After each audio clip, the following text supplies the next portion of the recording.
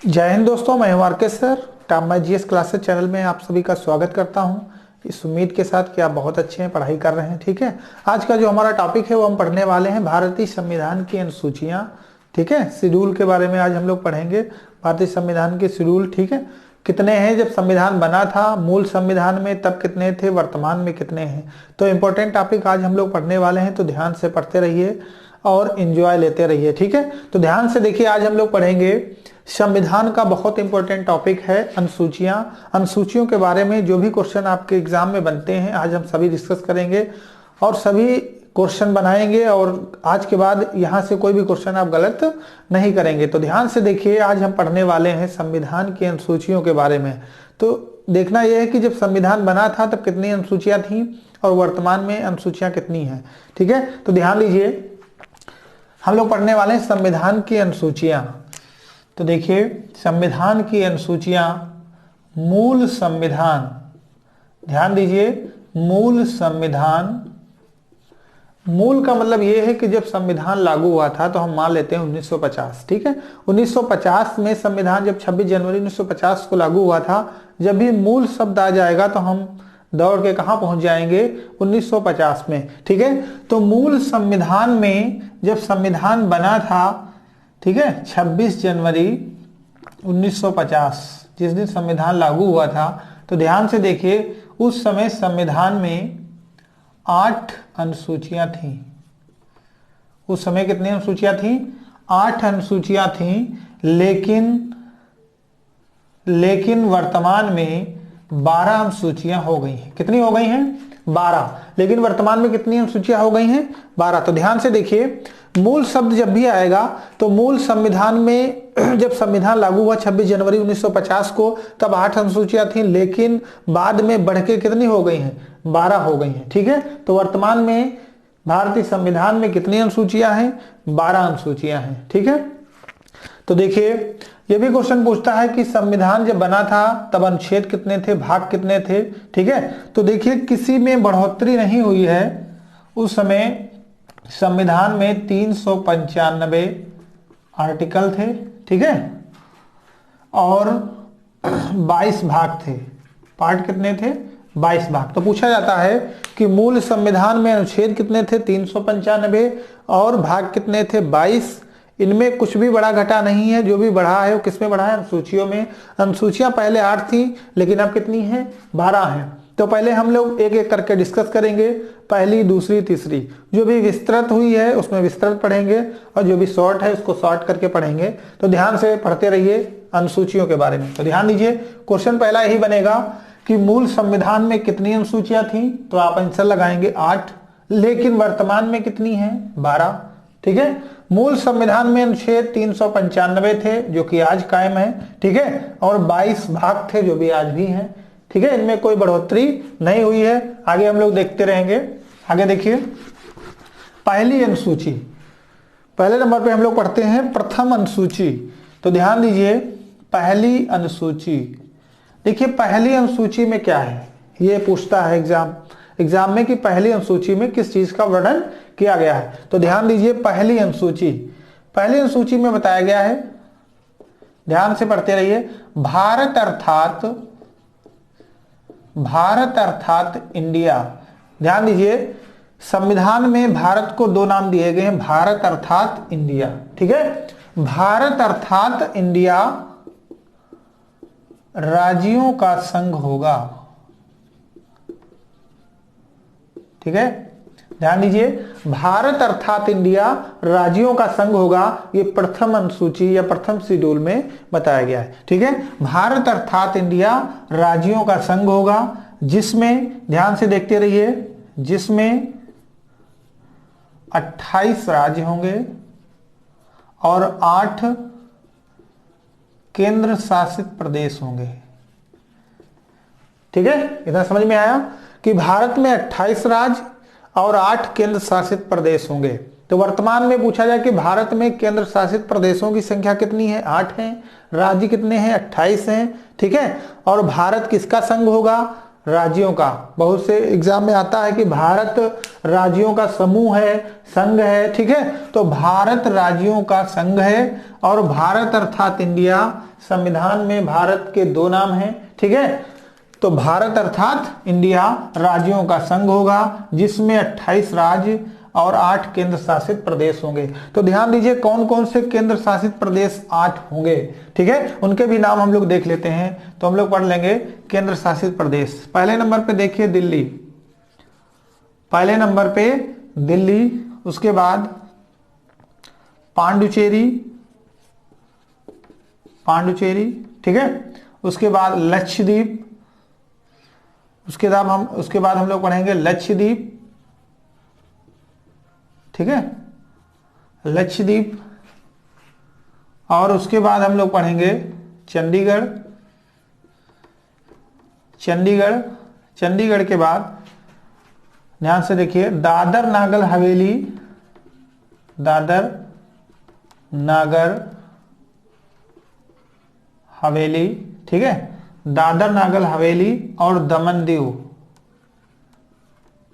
दमन दीव। देखिए इन दोनों को आपस में मिला दिया गया है, अब एक ही बन रह गया है इसमें, ठीक है, अब एक ही रह गया इसमें दादर और नागर, ठीक है, इन दोनों को मिला के एक ही बचा है दादर और नागर हवेली।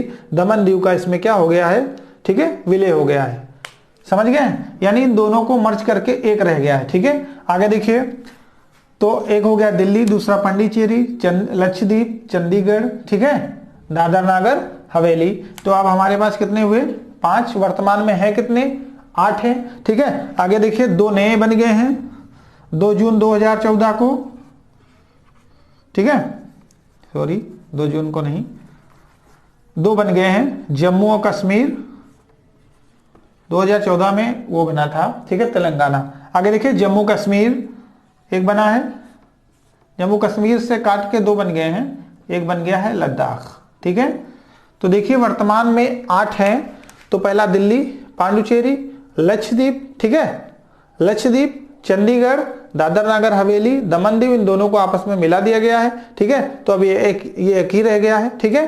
तो दिल्ली, पांडुचेरी, ठीक है, लक्षद्वीप, चंडीगढ़, ठीक है, दादर नागर हवेली, जम्मू कश्मीर, लद्दाख, ठीक है। 8वां कौन सा है, ठीक है, 8वां बहुत बड़ा द्वीपों का द्वीप है, ठीक है, अंडमान निकोबार द्वीप समूह। आगे देखिए अगला है अंडमान निकोबार,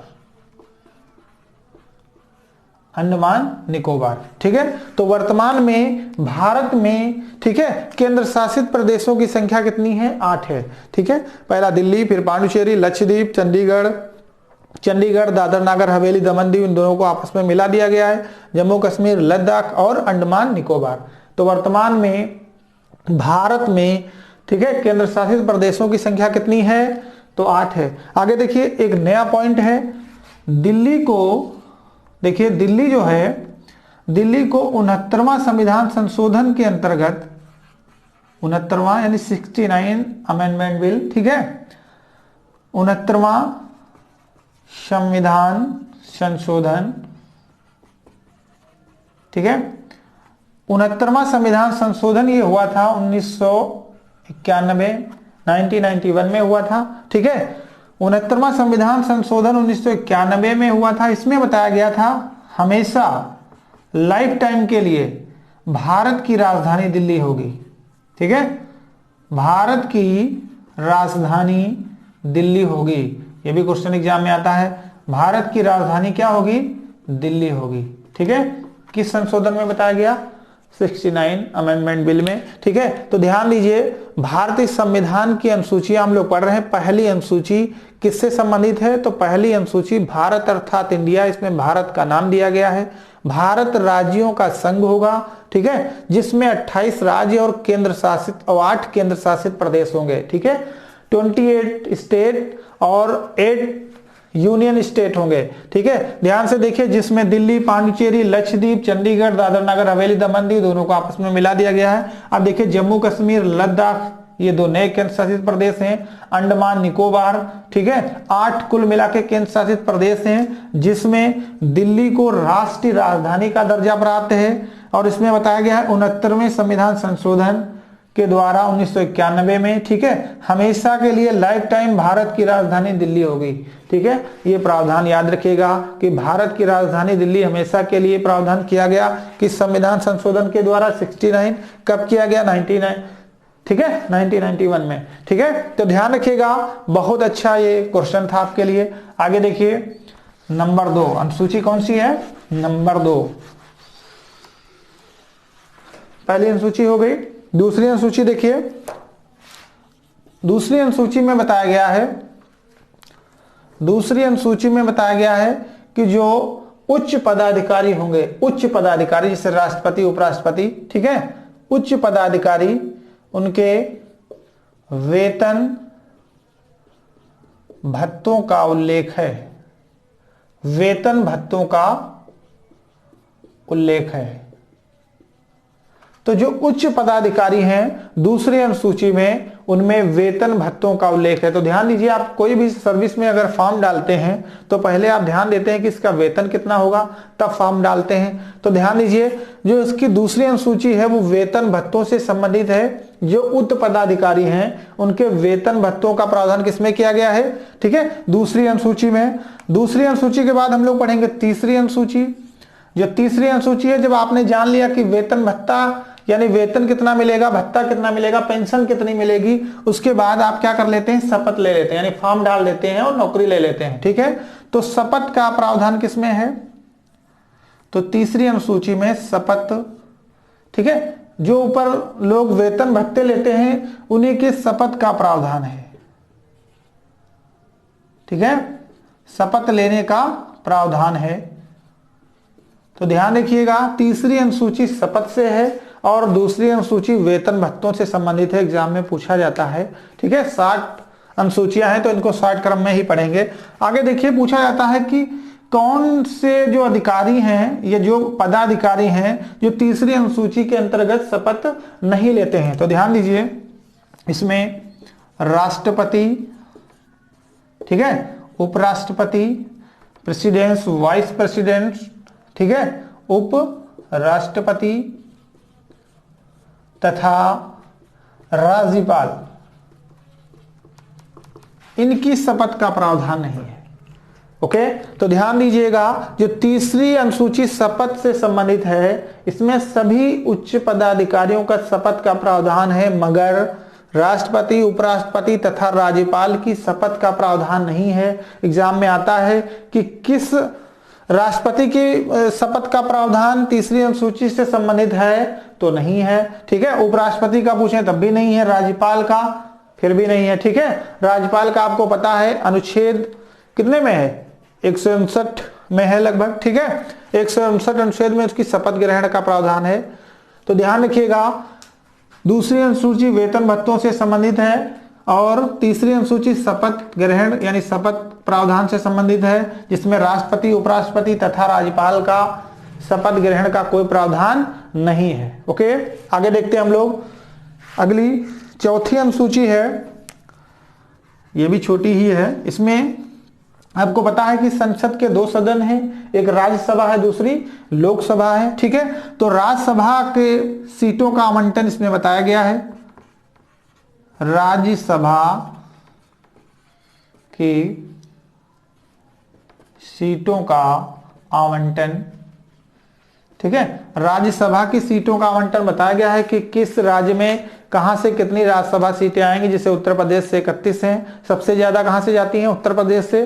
ठीक है, तो पूछा जाता है कि राज्यसभा की सीटों का प्रावधान या आवंटन किस अनुसूची से संबंधित है, तो चौथी अनुसूची से संबंधित है। ठीक है, तो एक बार ध्यान दीजिए, पहली अनुसूची भारत अर्थात राज्यों का संघ होगा, अभी हमने पढ़ा है। दूसरी वेतन भत्तों से संबंधित है, पदाधिकारी जो हैं उच्च अधिकारी है, राष्ट्रपति, उपराष्ट्रपति, इनके भत्तों से संबंधित है। शपथ का प्रावधान तीसरी में है, जिसमें राष्ट्रपति, उपराष्ट्रपति तथा राज्यपाल शपथ नहीं लेते हैं। ठीक है, शपथ ग्रहण का प्रावधान तीसरी में इन तीनों का नहीं है। ठीक है, अगला है 4 नंबर 4 पे है राज्यसभा की सीटों का आवंटन होता है।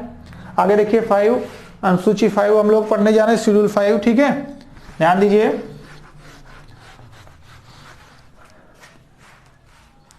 अब हम लोग लिखेंगे शेड्यूल 5 यानी पांचवी अनुसूची।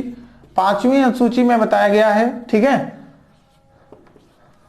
शेड्यूल कास्ट, अनुसूचित जातियों के लिए, ठीक है, शेड्यूल कास्ट जातियों के लिए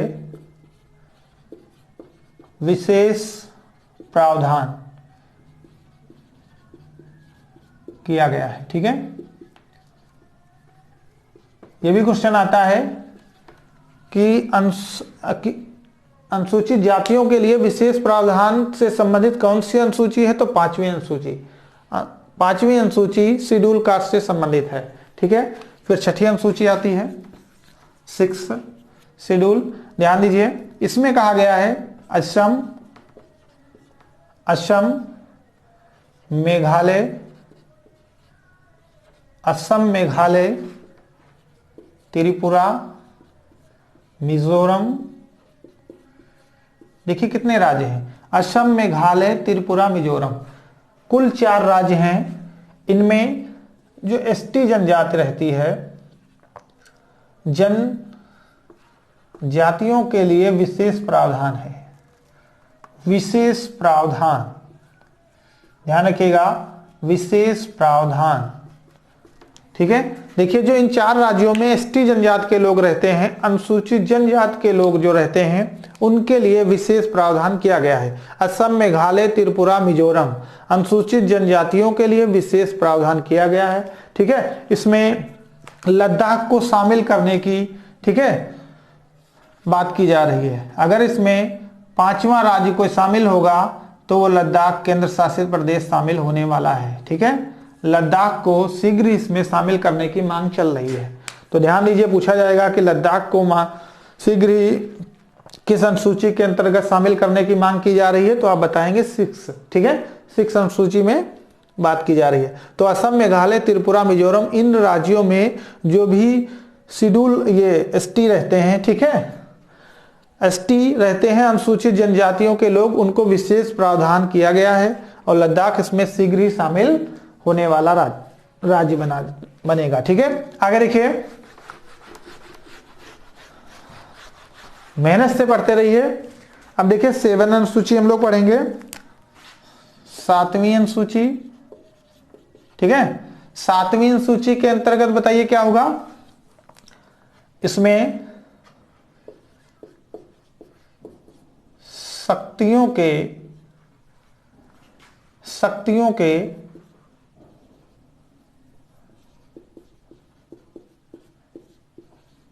का प्रावधान किया गया है, शक्तियों के बंटवारे का प्रावधान किया गया है। ठीक है, देखिए जो 7वीं अनुसूची है, इसमें शक्तियों का बंटवारा किया गया है। ठीक है, शक्तियों का बंटवारा किया गया है। तो इसमें देखिए 3 प्रकार की शक्तियां होती हैं। पहली है संघ सूची, इसमें 3 प्रकार की सूचियां हैं, संघ सूची,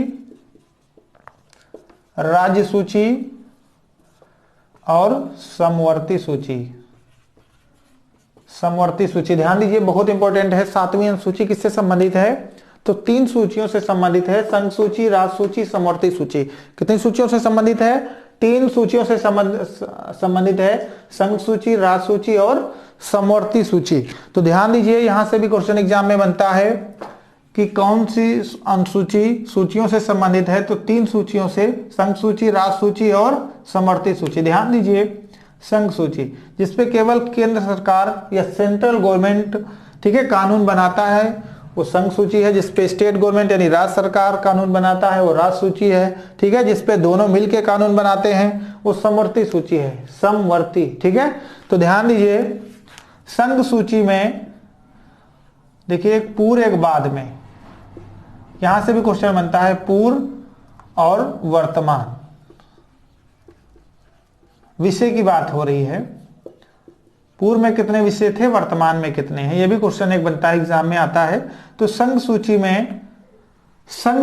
में पहले 97 विषय थे, अब कितने हो गए हैं, 100 हो गए हैं, यानी कि संघ सूची का फैलाव, संघ सूची बढ़ रही है। ठीक है, राज्य सूची में पहले 66 विषय थे, अब 61 रह गए हैं, कम कर दिए गए हैं। समवर्ती सूची में पहले 47 विषय थे, अब 52 हो गए हैं। ठीक है, तो समवर्ती सूची भी बढ़ गई है थोड़ा सा। तो ध्यान दीजिए, संघ सूची में 97 विषय थे, 100 हो गए हैं।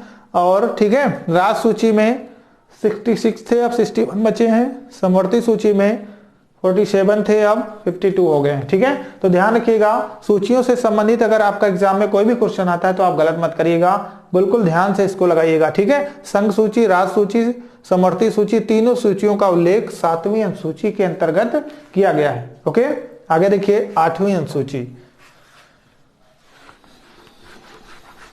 8वीं अनुसूची में क्या है, तो ध्यान से देखिए, 8वीं अनुसूची जो है, 8वीं अनुसूची भाषाओं से संबंधित है। भाषाओं से संबंधित है। पूछा जाता है एग्जाम में, भारतीय संविधान की कौन सी अनुसूची 22 भाषाओं से संबंधित है। ठीक है, अगर 22 भाषाएं लगा दें तब भी आप 8वीं अनुसूची लगाएंगे। तो देखिए, मूल संविधान में 8 अनुसूचियां थी, तो 8वीं अनुसूची हमारी कौन सी है, भाषाओं से संबंधित है। तो एक क्वेश्चन और बनता है, मूल संविधान में कितनी भाषाएं थी।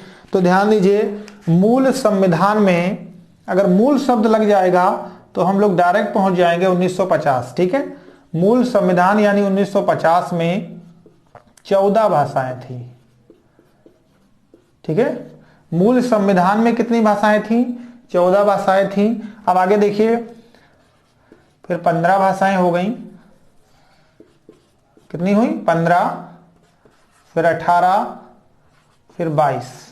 तो वर्तमान में कितनी भाषाएं हैं संविधान के 8वीं अनुसूची में। ठीक है, तो वर्तमान में भाषाएं हैं, ठीक है, ध्यान दीजिए, वर्तमान में भाषाएं हैं 22 भाषाएं हैं। ठीक है, वर्तमान में कितनी भाषाएं हैं, 22 भाषाएं। तो ध्यान दीजिए, 8वीं अनुसूची 22 भाषाओं से संबंधित है, लेकिन जब संविधान बना था तो कुल 14 भाषाएं थी। ठीक है, फिर बढ़ते बढ़ते 22 भाषाएं हो गई। तो वर्तमान में संविधान में 22 भाषाएं हैं। ठीक है, कितनी भाषाएं हैं, 22 भाषाएं हैं। पूछा जाए 23वीं भाषा किस पे विचार चल रहा है जो जोड़ने के लिए कहा जा रहा है, तो भोजपुरी है। ठीक है, अगर 23वीं भाषा कोई बनेगी, ठीक है, 23, ठीक है, भाषा या लैंग्वेज कोई बनेगी तो हमारी कौन सी होगी, भोजपुरी। वर्तमान में 22 भाषाएं हैं और जब संविधान बना था 8वीं अनुसूची में 14 भाषाएं थी। तो देखिए कौन सी भाषा कब बढ़ी, ये हम लोग देख लेते हैं। तो ध्यान दीजिए, 14 भाषाएं तो थी ही, उसके बाद 21वां संविधान संशोधन हुआ। 21वां संविधान संशोधन 1971, ठीक है, 1971 में। ठीक है, तो इसमें सॉरी, ये 1967 में हुआ था, 1967 में हुआ था। इसमें 15वीं भाषा सिंधी जोड़ी गई थी। कौन सी भाषा जोड़ी गई थी, ठीक है, सिंधी जोड़ी गई थी। 15वीं भाषा सिंधी जोड़ी गई थी। ठीक है, उसके बाद देखिए 52वां संविधान संशोधन यहां पे लिख दे हैं। उसके बाद हुआ है 52वां संविधान संशोधन। ठीक है, 52वां संविधान संशोधन हुआ है 1971 में, ये सही। ठीक है, 1971 में हुआ था। इसमें 3 भाषाएं जोड़ी गई थी। ठीक है, नेपाली, ठीक है, नेपाली, कोकड़ी और मणिपुरी। नेपाली, कोकड़ी, मणिपुरी। ठीक है, कोकड़ी ये गोवा में बोली जाती है, ये ध्यान रखिएगा। कोकड़ी कहां बोली जाती है भाषा, गोवा में। गोवा में कोकड़ी भाषा बोली जाती है। ठीक है, तो देखिए 52वां संविधान संशोधन 92 अमेंडमेंट बिल, ठीक है, ये 1971 में हुआ था। इसमें नेपाली, कोकड़ी, मणिपुर को जोड़ा गया। तो 15 भाषाएं थी, 3 और प्लस कर दीजिए, 18 भाषाएं हो गई। ठीक है, लेकिन वर्तमान में संविधान में 22 भाषाएं हैं। तो ध्यान दीजिए, उसके बाद ये 52वां संविधान संशोधन नहीं, 71वां संविधान संशोधन है 1971, सॉरी 1992। ये कब हुआ था, 71वां संविधान संशोधन 1992, जिसमें नेपाली, कोकड़ी और मणिपुरी भाषा बोली गई थी, जोड़ी गई थी। और उसके बाद, ठीक है, कोकड़ी गोवा में बोली जाती है। आगे देखिए, ध्यान से देखिए, जहां भी मिस्टेक हो तो ध्यान से देख लीजिए। ठीक है, 8वीं अनुसूची 22 भाषाओं से संबंधित है। जब संविधान लागू हुआ था तो मूल संविधान में 14 भाषाएं थी। 21वां संविधान संशोधन जब हुआ 1967 में तो 15वीं भाषा जोड़ी गई सिंधी। उसके बाद 71वां संविधान संशोधन 1992 में हुआ। इसके अंतर्गत 3 और भाषाएं जोड़ी गई, नेपाली, कोकड़ी, मणिपुरी। ये गोवा में कोकड़ी बोली जाती है। आगे देखिए संविधान में कितनी भाषाएं हैं, ठीक है 22। तो देखिए यहाँ पे 52वां संविधान संशोधन आएगा, ठीक है, मिस्टेक से हो गया था। 52वां संविधान संशोधन होता है 2003, ठीक है, और 4 में। कब होगा? 2003 और 4 में होगा, ठीक है, 2003 और 4 में। इसके तहत संविधान में 4 भाषाएं जोड़ी गई थी। देख लीजिए कौन सी। नंबर 1 मैथिली, संथाली, डोगरी और बोडो, ठीक है, बोडो। ये कितनी भाषाएं जोड़ी गई थी? 4। मैथिली, संथाली, डोगरी, बोडो। ये वर्तमान में संविधान में कितनी भाषाएं हो गई? 22, ठीक है। तो ध्यान दीजिए, एक तरफ से हम लोग देखते हैं क्वेश्चन कैसे बनेगा कि भाषाओं से संबंधित अनुसूची 8वीं, मूल संविधान में कितनी भाषाएं थी? 14। 15वीं भाषा सिंधी, ठीक है। 18 भाषा कब हुई? 71वां संविधान संशोधन में कितनी भाषाएं जोड़ी गई? 1992 में 3 भाषाएं, नेपाली, कोकड़ी, मणिपुरी, ठीक है। एक नई भाषा डाल देंगे इधर की, कौन सी नहीं जोड़ी गई? तो ध्यान रखिएगा 3 जोड़ी गई, नेपाली, कोकड़ी, मणिपुरी, ठीक है। उसके बाद 52वां संविधान संशोधन 2003-4 में हुआ, ठीक है। इसमें नेपाली नेपाली तो ऊपर है, मैथिली, संथाली, डोगरी, बोडो, 4 भाषाएं जोड़ी गई। मैथिली, संथाली, डोगरी, बोडो। पूछी गई कौन सी नहीं जोड़ी गई, ठीक है। इसमें कौन सी जोड़ी गई, नहीं जोड़ी गई उसमें डाल देंगे, इसमें कौन सी नहीं जोड़ी गई इसमें भी ऊपर की एक डाल देंगे, ठीक है। तो ध्यान रखिएगा कैसे आएगा। देखिए ऑप्शन कैसे बनेगा, तो ये 3 भाषाएं इधर की दे देंगे, एक नई दे देंगे, कौन सी? 52वें संविधान संशोधन द्वारा, 92वें संविधान संशोधन द्वारा नहीं जोड़ी गई है, ठीक है। तो 3 इधर की एक उधर की डाल देंगे। तो आपको ध्यान रखना है 4 इधर जो जोड़ी गई है, मैथिली, संथाली, डोगरी, बोडो, ठीक है। फिर से एक बार समझ लो, मैथिली, संथाली, डोगरी, बोडो, ये 4 भाषाएं 92वें संविधान संशोधन 2003 में जोड़ी गई हैं, ठीक है। आगे देखिए, तो वर्तमान में भारतीय संविधान की 8वीं अनुसूची में कितनी भाषाएं हैं? 22 भाषाएं हैं, ठीक है। तो वर्तमान में भारतीय संविधान की 8वीं अनुसूची में 22 भाषाएं हैं, यानी 8वीं अनुसूची 22 भाषाओं से संबंधित है। ध्यान रखिएगा, ठीक है। तो ये वो 8 अनुसूचियां हो गई जो मूल संविधान में थी, ठीक है, मूल संविधान की 8वीं अनुसूचियां। अब लोग पढ़ेंगे वो अनुसूचियां जो बढ़ गई हैं 4, ठीक है, 12 हो गई थी। तो ध्यान दीजिए आगे,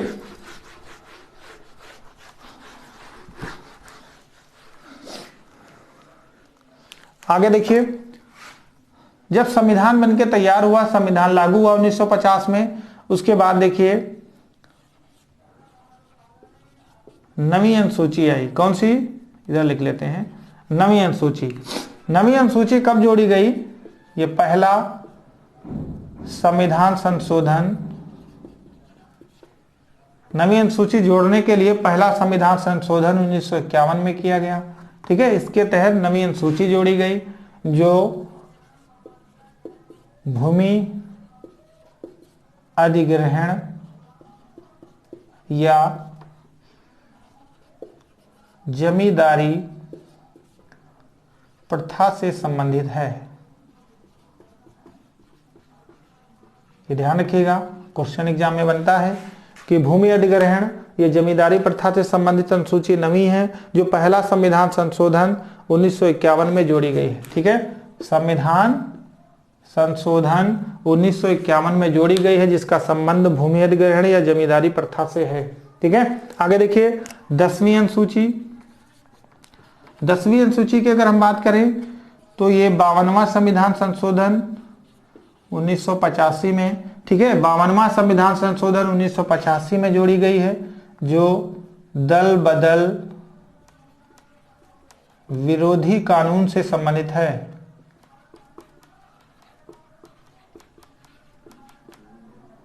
कानून से संबंधित है, ठीक है, दल बदल कानून से संबंधित है। ये भी क्वेश्चन एग्जाम में बनता है फिर देखिए कैसे एग्जाम में क्वेश्चन बनेगा कि नवी अनुसूची कब जोड़ी गई, तो पहला संविधान संशोधन 1951 में जोड़ी गई। संबंधित किससे है, तो भूमि अधिग्रहण से संबंधित है या फिर जमींदारी प्रथा से संबंधित है। फिर पूछा जाएगा 10वीं अनुसूची कब जोड़ी गई, तो 1985 में। किस संविधान संशोधन द्वारा, तो 52वां संविधान संशोधन। किससे संबंधित है, तो दल बदल विरोधी कानून से। अब क्वेश्चन बनेगा कि दल बदल विरोधी कानून से संबंधित अनुसूची कौन सी है, तो आपकी अनुसूची है, ठीक है, 10वीं। आगे देखिए उसके बाद संविधान में आई 11वीं अनुसूची, ठीक है, कौन सी आई, 11वीं अनुसूची आई 73वां संविधान 73 अमेंडमेंट बिल के तहत, ठीक है, 1992 में। कब आई है, 1992 में। इसका संबंध किससे है, पंचायती राज से संबंधित है, पंचायती राज से संबंधित है, ठीक है, किससे संबंधित है, पंचायती राज से संबंधित अनुसूची कौन सी है, 11वीं, ठीक है। कब जोड़ी गई, 73वां संविधान संशोधन 1992 में। पूछा जाता है पंचायती राज से संबंधित कितने विषय प्रदान किए गए हैं, तो आप आंसर देंगे 29 विषय प्रदान किए गए जिन पे चर्चा हो सकती है, ठीक है। फिर पूछा जाएगा पंचायती राज की शुरुआत सर्वप्रथम कहाँ हुई थी, तो देखिए सर्वप्रथम पंचायती राज की शुरुआत 1959 में पीटी नेहरू के द्वारा, ठीक है, राजस्थान के नागौर जिले में हुई थी, ठीक है। भारत में पहली बार पंचायती राज व्यवस्था का प्रावधान या पंचायती राज का शुभारंभ कहाँ हुआ था, तो 1959 में, ठीक है, पीटी नेहरू ने नागौर, राजस्थान के नागौर जिले में किया था। अब ध्यान दीजिए अनुसूची 11वीं अनुसूची, ठीक है, 73वां संविधान संशोधन 1992 में जोड़ी गई थी। 11वीं अनुसूची 73वां संविधान संशोधन 1992 में जोड़ी गई थी, जो पंचायती राज से संबंधित है। इसमें 29 विषय प्रदान किए गए हैं। किस अनुसूची में 29 विषय प्रदान किए गए, क्वेश्चन पूछा जाएगा, आप आंसर लगाएंगे 11वीं। कब जोड़ी गई, 1992 में। किस संशोधन द्वारा, 73वां, संबंधित पंचायती राज से, ठीक है। पंचायती राज का शुभारंभ कब हुआ, तो 1959 में पीटी नेहरू के द्वारा राजस्थान के नागौर में हुआ, ठीक है। यह भी क्वेश्चन एग्जाम में बनता है। अगला देख लीजिए, अगली अनुसूची जो है वो 12वीं है। 12वीं अनुसूची देखिए, 12वीं अनुसूची आपकी जोड़ी गई है 74वां संविधान संशोधन 1992 में ही, ओके। 74वां संविधान संशोधन 1992 में जोड़ी गई, जो नगरीय विकास या शहरी विकास से संबंधित है, नगरीय विकास या शहरी विकास से संबंधित है, जिसमें 18 विषय प्रदान किए गए हैं। कितने विषय प्रदान किए गए हैं, 18 विषय। अब देखिए क्वेश्चन कैसे बनेगा, ठीक है। नवी अनुसूची किससे संबंधित है, भूमि अधिग्रहण से। कब जोड़ी गई, पहला संविधान संशोधन 1951 में। अगला 10वीं अनुसूची 1985 में जोड़ी गई, दल बदल विरोधी कानून से संबंधित है, ठीक है। 12वीं अनुसूची 74वां संविधान संशोधन 1992 नगरीय विकास से संबंधित, इसमें 18 विषय प्रदान किए गए हैं, ठीक है। सबसे इंपॉर्टेंट है पंचायती राज से संबंधित अनुसूची कौन सी है, तो अनुसूची है 11वीं। 73वां संविधान संशोधन 1992 में जोड़ी गई, जिसमें 29 विषय प्रदान किए गए हैं, ठीक है। तो इस प्रकार से हम अनुसूचियों को पढ़ेंगे तो याद हो जाएंगी फट से। विस्तृत रूप, निम्न रूप, सब रूप बता दिया गया है, ठीक है। तो आराम से पढ़िए और वीडियो को 2 से 3 बार देखिए और अनुसूचियों के बारे में समझिए और एग्जाम में आंसर दीजिए, ठीक है। अगर आप हमारे चैनल पर नए हैं तो चैनल को सब्सक्राइब करें, बेल आइकन भी दबाएं, जिससे आने वाला हर वीडियो आप तक सबसे पहले पहुंचे, ठीक है। आज के लिए इतना ही, मिलते हैं ब्रेक के बाद। Good day.